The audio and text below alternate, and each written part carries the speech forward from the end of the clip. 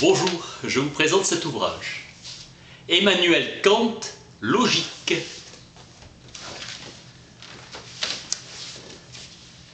Cours de 1755 à 1797 à l'université de Königsberg. Utilisant le manuel de 1752 de Meyer, Auszug aus der Vernunftlehre. Il existe deux genres de cette science. 1. Une critique et une directive de l'entendement sain, l'étudiant passant du préjugé de l'erreur au domaine de la raison éclairée. 2. Critique et directive du savoir proprement dit. Kant a chargé son jeune collègue et ami, Jarque, de rédiger et publier l'exemplaire personnel de l'ouvrage de Meyer, couvert en marge d'annotation. Tout dans la nature se produit selon des règles, même si nous ne les connaissons pas toutes. Tout n'est rien d'autre qu'une interdépendance des phénomènes. Il n'y a nulle part aucune absence de règle, une absence étant une règle inconnue. Nos facultés suivent des règles sans en avoir conscience, comme les règles de grammaire. La sensibilité est la faculté des intuitions et l'entendement est la faculté de penser. Or, nous pouvons penser ces règles en dehors de leur application. Les règles sont nécessaires ou contingentes, sinon aucun usage de l'entendement ne pourrait avoir lieu. La science qui regroupe ces règles est une science de la forme de notre connaissance intellectuelle. Nous la nommons logique. Fondement de toutes les autres sciences et comme la propédeutique de tout usage de l'entendement. Elle fait abstraction de tout objet et ne peut être un organon de science, un instrument. Elle n'empiète pas sur les sciences, ni anticipe leur matière. La logique est seulement un art universel de la raison. Comment procéder dans la pensée? C'est une science rationnelle et ses règles ne sont pas dérivées de l'expérience, propriété. La logique est une connaissance de l'entendement et de la raison par eux-mêmes. En logique, la question est uniquement comment l'entendement se connaîtra-t-il lui-même? La logique est une doctrine ou théorie démontrée. C'est une science a priori. Elle se distingue essentiellement de l'esthétique, qui est une simple critique du goût et n'a pas de canon, de loi. Mais seulement une norme, accord de la connaissance avec les lois de la sensibilité. La logique et les règles de l'accord de la connaissance avec les lois de l'entendement et de la raison. L'esthétique n'a que des principes empiriques et ne peut donc être science. La logique est un canon qui sert ensuite à la critique. Orateur et poète ont raisonné sur le goût sans un jugement décisif. La logique est une science du droit d'usage de l'entendement et de la raison. Comment l'entendement pense, mais de façon objective, c'est-à-dire comment il doit penser. La logique se divise en analytique et en dialectique. La première découvre par analyse tous les actes de la raison, logique de la vérité, canon permettant l'appréciation. La seconde étant l'art de l'apparence, l'art de la disputation. À cela, nous ajoutons la logique pure et appliquée. L'entendement est séparé des autres facultés de l'esprit. L'appliqué considère sa combinaison avec les autres facultés. Enfin, division de la logique de l'entendement commun et celui spéculatif. L'exposé de la logique peut être scolastique ou populaire, approprié au désir de connaître ou utile pour éclairer ceux qui veulent s'en servir. La logique provient de l'analytique d'Aristote, c'est le père de la logique. Leibniz et Wolff ont ranimé la logique générale. Malebranche et Locke ont plutôt traité du contenu de la connaissance et de l'origine des concepts. Wolff est la meilleure logique générale. Celui qui veut devenir vraiment philosophe doit s'exercer à faire de sa raison non un usage d'imitation mécanique, mais un usage libre. La philosophie est le système des connaissances philosophiques ou des connaissances rationnelles par concept. Notion scolastique. Dans ce sens, la philosophie vise l'habileté d'un point de vue cosmique. Elle est la science des fins dernières de la raison humaine. C'est une doctrine de la sagesse, la législatrice de la raison. L'artiste de la raison, dit Socrate, et le philodoxe, doxographie, opinion. Le philosophe pratique, le maître de la sagesse par la doctrine est le vrai philosophe. La philosophie est l'idée d'une sagesse parfaite qui nous désigne les fins dernières de la raison humaine, science des maximes suprêmes de l'usage de notre raison. Sens cosmopolite, métaphysique, que puis-je savoir? Morale, que dois-je faire? Religion, que m'est-il permis d'espérer? Anthropologie, qu'est-ce que l'homme? Le philosophe détermine la source du savoir humain, l'étendue et l'usage de tout savoir et les limites de la raison. La détermination la plus difficile et la plus indispensable. Le philosophe a besoin de la culture du talent et de l'habileté d'en user ainsi que de l'adresse à se servir de tous les moyens en vue de toute fin possible. Sans connaissance, on ne devient jamais philosophe. On apprend à philosopher par l'exercice et par l'usage qu'on fait soi-même de sa propre raison. Les connaissances ne suffisent pas et en philosophie, chaque penseur bâtit son œuvre sur les ruines d'une autre. On ne peut apprendre à fond la philosophie puisqu'elle n'existe pas encore. En mathématiques, par contre, cette science peut être apprise en tant que doctrine, certaine et stable. Celui qui veut apprendre à philosopher doit considérer tous les systèmes de philosophie uniquement comme une histoire de l'usage de la raison et comme des objets d'exercice de son talent philosophique. Un vrai philosophe fait un usage libre et personnel de sa raison et non pas imité servilement. La science n'a de valeur intrinsèque que comme instrument de sagesse. Celui qui est la science et qui aime la sagesse s'appelle un misologue. La philosophie procure aux sciences ordre et organisation, s'exercer à penser par nous-mêmes. Dans le Zend-Avesta de Zoroastre, on ne trouve pas la moindre trace de philosophie. La tant vantée sagesse des Égyptiens n'est qu'un jeu d'enfant par rapport aux Grecs. Le premier Thalès, fondateur de la secte ionienne, fait usage de la raison spéculative. La mathématique a toujours précédé la philosophie, puis Xénophane et Léate dans les sens, c'est l'illusion, et l'apparence, c'est seulement dans l'entendement que se trouve la source de la vérité. Zénon se distingua dans cette école comme subtil dialecticien. La dialectique est l'art de l'usage pur de l'entendement appliqué, puisque se dégrada l'art de soutenir et de combattre toute proposition, devenant un simple exercice à l'usage des sophistes qui prétendaient raisonner sur tout.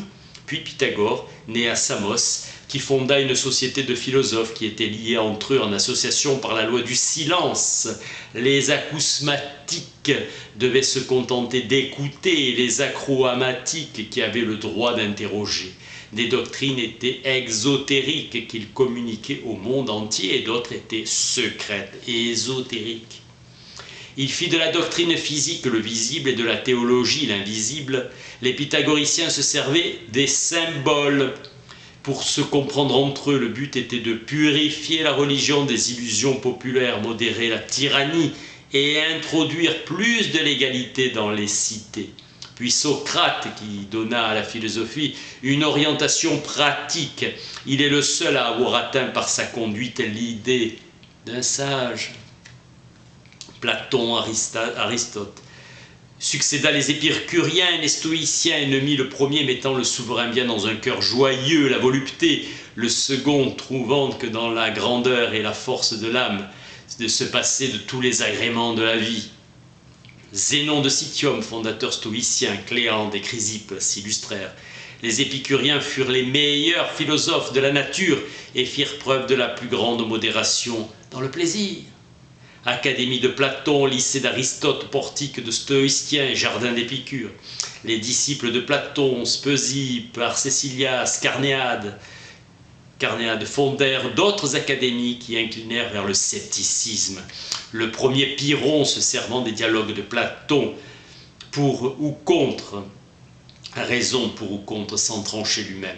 Suspendre son jugement, Pyrrhon.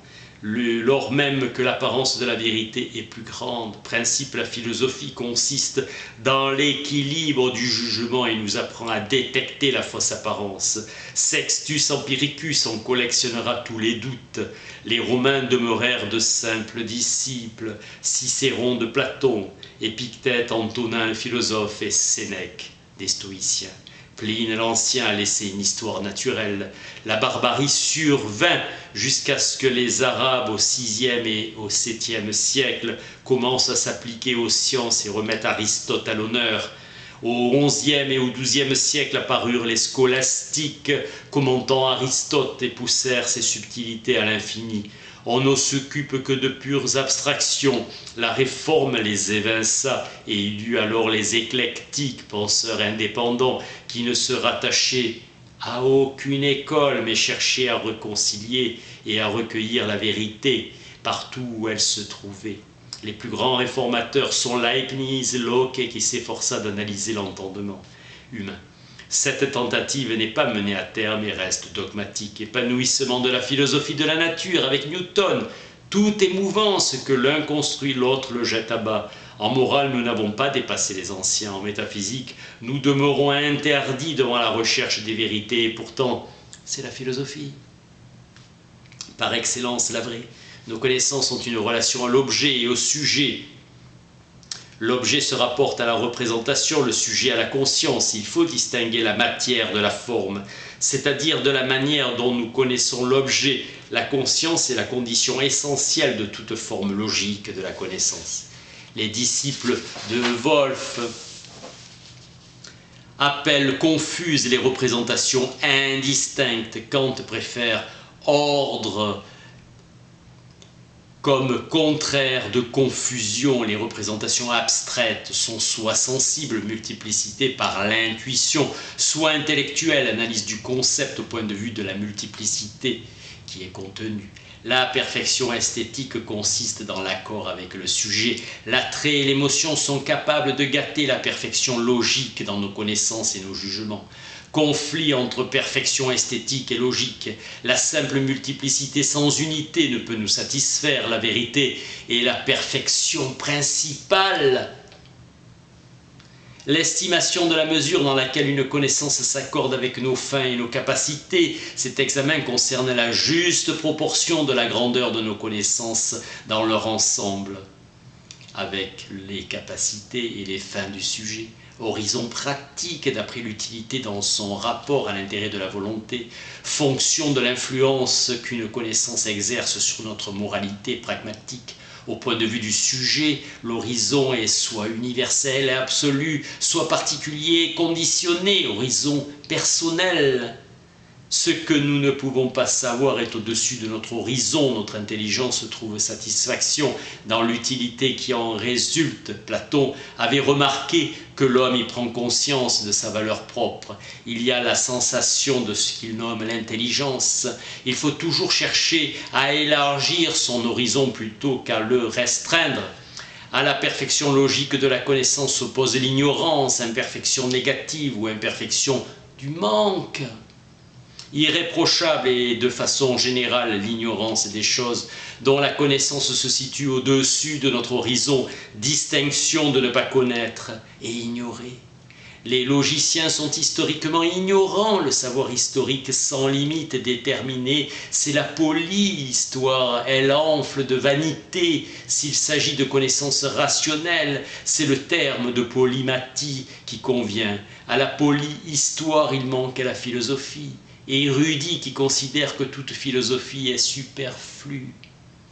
L'homme de lettres ou bel esprit est un humaniste, ce n'est pas un savant. Les corruptions du goût sont le pédantisme et la mondanité. Pour éviter le pédantisme, il faut une connaissance étendue non seulement des sciences elles-mêmes, mais encore de leur usage. Pour apprendre, il faut être libre, et les anciens, dans la perfection imminente, est rare. La perfection de la connaissance la rend propre à une communication aisée et universelle, extension extérieure. Et il faut chercher à s'initier à la cohésion d'ensemble des connaissances. L'architectonique nous guide, système selon les idées et les sciences considérées au point de vue de leur affinité, leur liaison systématique. Une connaissance peut être difficile sans être importante. Plus les conséquences d'une connaissance sont grandes ou nombreuses, et plus on en peut faire usage, plus elle est importante. Une connaissance sans conséquences importantes s'appelle une subtilité. La perfection majeure de la connaissance est la vérité. Accorde la connaissance avec l'objet. Le seul moyen de la comparer est de le connaître.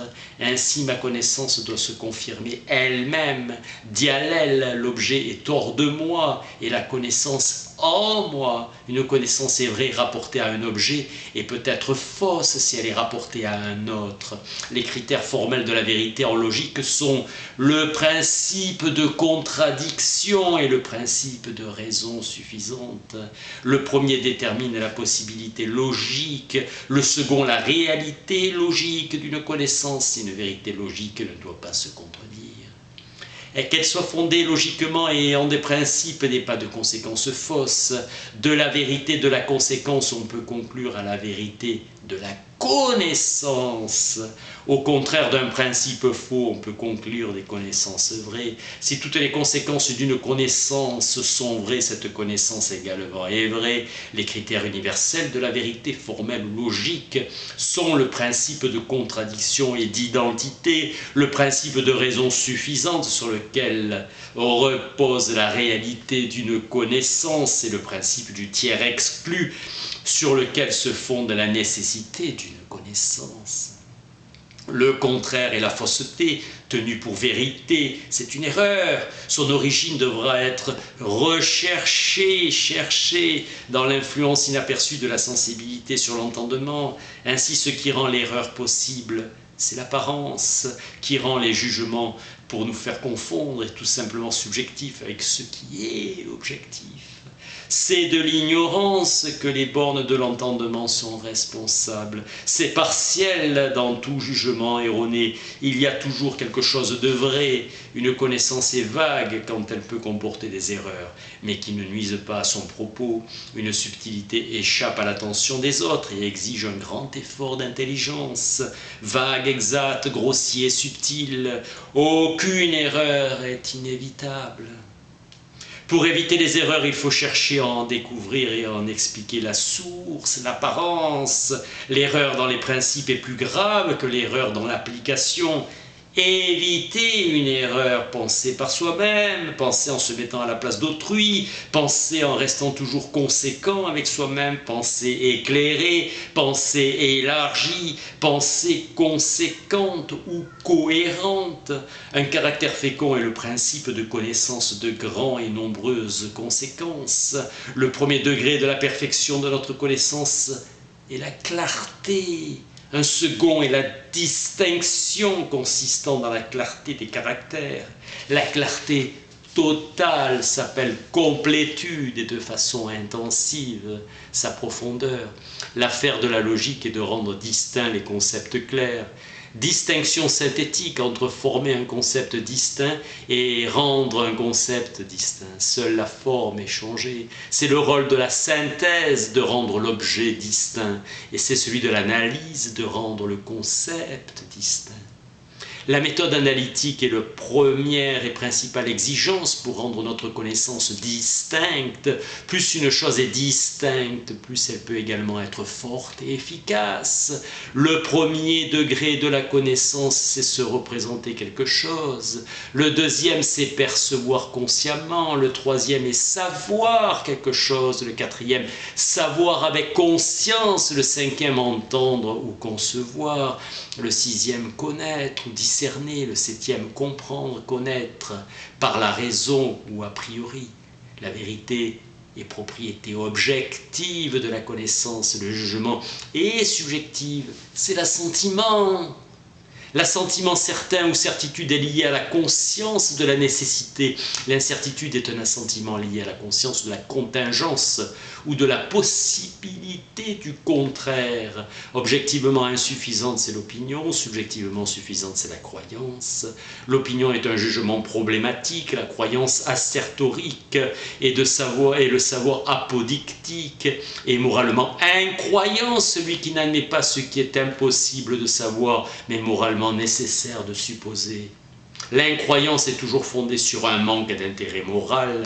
La certitude mathématique s'appelle évidence. Nous ne pouvons avoir une certitude rationnelle de tout, mais partout où cela est possible, nous devons la préférer à la certitude empirique. Toute certitude est soit immédiate, soit médiatique.